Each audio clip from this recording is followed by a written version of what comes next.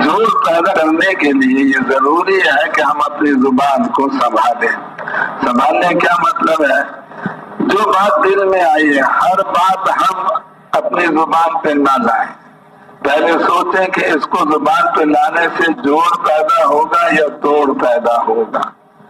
اگر توڑ پیدا ہوتا ہے تو اس بات کو ہرگز زبان پہ نہ لائیں، اپنے سینے میں اس کو دبا کر قبر میں اپنے ساتھ لے جائیں. کبھی زبان پر ایسی بات نہیں لانی چاہیے جو توڑ کا ذریعہ بنے. اور اگر وہ بات جوڑ والی ہے تو اس کو ہم کہیں، لیکن اس کو بھی کہنے کے دو طریقے ہیں. ایک طریقہ توڑ والا، ایک طریقہ جوڑ والا.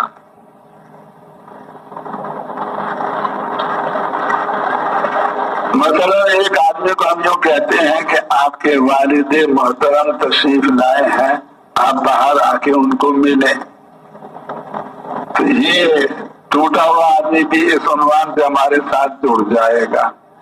اور یہ بھی ہم کہہ سکتے ہیں کہ آپ کی والدہ کے خامند آئے ہیں، آپ کی اماں جان کے خامند آئے ہیں، یہ بھی ہم کہہ سکتے ہیں، کیونکہ باپ جو ہوتا ہے وہ ماں کا خامند ہوتا ہے. لیکن اگر اس طرح سے اس کی ہم تعبیر کریں گے تو جوڑا ہوا بھی ہم سے کٹ جائے گا کہ تم نے میری بھری مجلس میں میری ماں کا نام کیوں لیا اور کیوں کہا کہ ان کا خامند. حالانکہ یہ حقیقت ہے، جھوٹ نہیں ہے، صحیح ہے، لیکن یہ عنوان ایسا ہے کہ جس سے جوڑا ہوا بھی کٹ جاتا ہے. تو آج ہم لوگ یعنی صحیح بات کو کہتے ہیں مگر ایسے انداز سے کہتے ہیں جس سے توڑ پیدا ہو جاتا ہے. حضرت ابوبکر رضی اللہ عنہ کی ایک بڑی صفت یہ تھی کہ وہ توڑ والی بات کا جواب بھی جوڑ والے عنوان سے دیا کرتے تھے. یہ حضرت ابوبکر کے بعد بہت زیادہ ہمیں سیکھنے کی ضرورت ہے، کیونکہ ہمیں پتہ نہیں لگتا کہ ہم توڑتے لوگوں کو زیادہ ہیں یا جوڑتے زیادہ ہیں. جتنے ہم ذمہ دار ہیں مختلف مرکزوں میں اور شورا والے، اب ہمیں اس دنیا میں تو کوئی ہم سے حساب کتاب لے نہیں سکتا کہ تم نے توڑا زیادہ کو یا جوڑا زیادہ کو. مثلا ابراہیم میں ہم لوگ رہتے ہیں، اب ہماری بے حکمتی اور ہماری بد اخلاقی کی وجہ سے ایک آدمی یہ سوچ کے کہ بھئی اب یہ تو احسان نے میرے ساتھ بہت برا رویہ اختیار کیا ہے، میں تبلیغ بھی چھوڑتا ہوں، راویل بھی نہیں آؤں گا، کبھی اس کام میں نہیں چلوں گا. تو اگر احسان کی بد اخلاقی کی وجہ سے وہ چھوڑ کے جا رہا ہے، وہ بتا کے نہیں جاتا کہ میں تمہاری وجہ سے اس کام کو اور اس کام کے مرکز کو چھوڑ رہا ہوں. اور جو ہماری بد اخلاقی کے باوجود ہم سے جڑے ہوئے ہیں وہ ہم کو نظر آ رہے ہیں، ماشاءاللہ 1,00,000 سوا لاکھ کا مجمع بیٹھا ہوا ہے. اور جو ہماری بد اخلاقی کی وجہ سے چھوڑ کے چلے گئے وہ ان کا ہمیں پتہ نہیں. لیکن کل قیامت کے دن ہر پرانے کو حساب دینا پڑے گا کہ آپ نے جوڑا زیادہ کو یا توڑا زیادہ کو، لگایا زیادہ کو یا بھگایا زیادہ کو. اس دنیا میں تو انسان بولنے کا زور لگا کر اگلے کو مطمئن کر سکتا ہے کہ میرا قصور نہیں، جانے والے کا قصور ہے. لیکن کل قیامت کے دن کوئی آدمی کی بات اللہ کے سامنے چل نہیں سکے گی. اس لیے اس حساب پہ پیش ہونے سے ہم سب کو اپنا دامن بچانا چاہیے کہ اللہ ہمیں ان میں سے بنائے جو لگانے والے ہوں اور ان میں سے نہ بنائے جو بھگانے والے ہوں.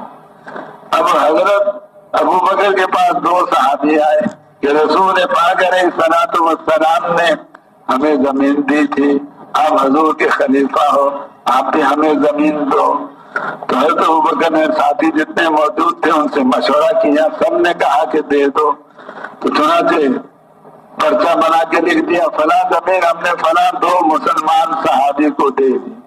اور فرمایا کہ حضرت عمر ہماری اس مجلس میں نہیں ہے، لہذا چلے جاؤ لے کر پرچہ اور ان سے کہو وہ بھی گواہی اس پہ اپنی ڈال دے. اب وہ گئے، حضرت عمر نے پڑھا، پڑھتے حضرت عمر کو آ گیا غصہ. اور فرمایا حضور نے تمہیں دیا تھا کہ اس زمانے میں اسلام کمزور تھا، آج اسلام طاقتور ہو چکا، تمہیں دینے کی کوئی ضرورت نہیں ہے. اور تھوکا اس پرچے پر، پھینک دیا زمین پر، لے جاؤ اپنا پرچہ.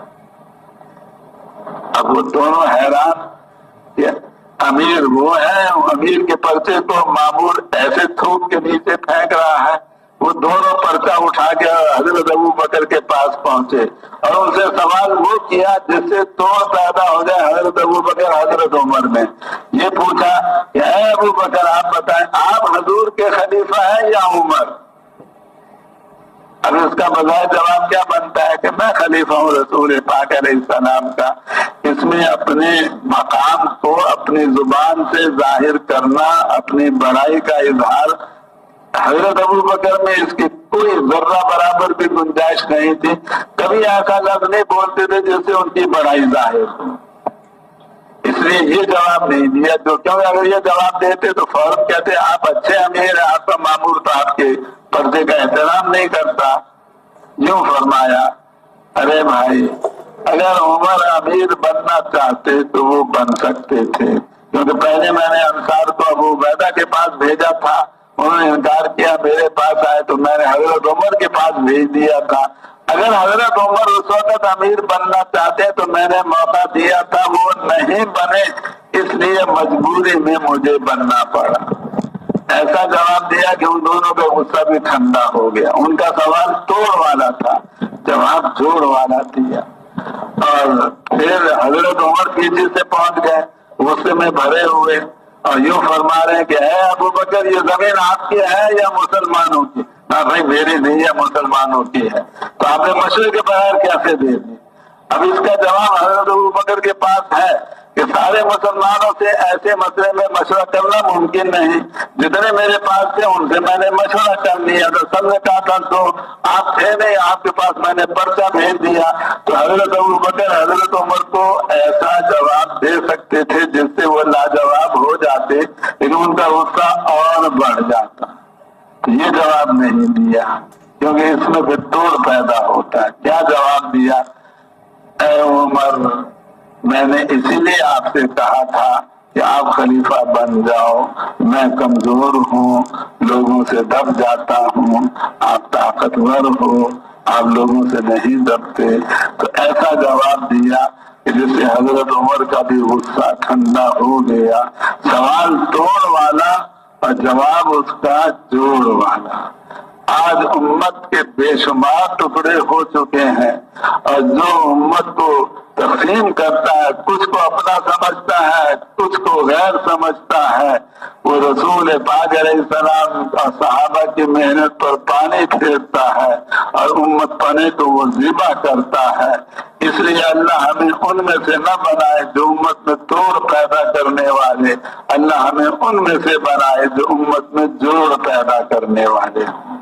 جو وہ یہ صفت اپنے اندر پیدا کریں گے نا انشاءاللہ، پہلے تولو پھر بولو، ہر بول سے پہلے سوچیں کہ یہ بول جوڑ والا ہے توڑ والا ہے۔ اگر جوڑ والا ہے اس کو اس انداز سے بیان کریں جس سے جوڑ پیدا ہو، ورنہ جوڑ والی بات کو بھی آدمی توڑ والے الفاظ سے کہہ سکتا ہے۔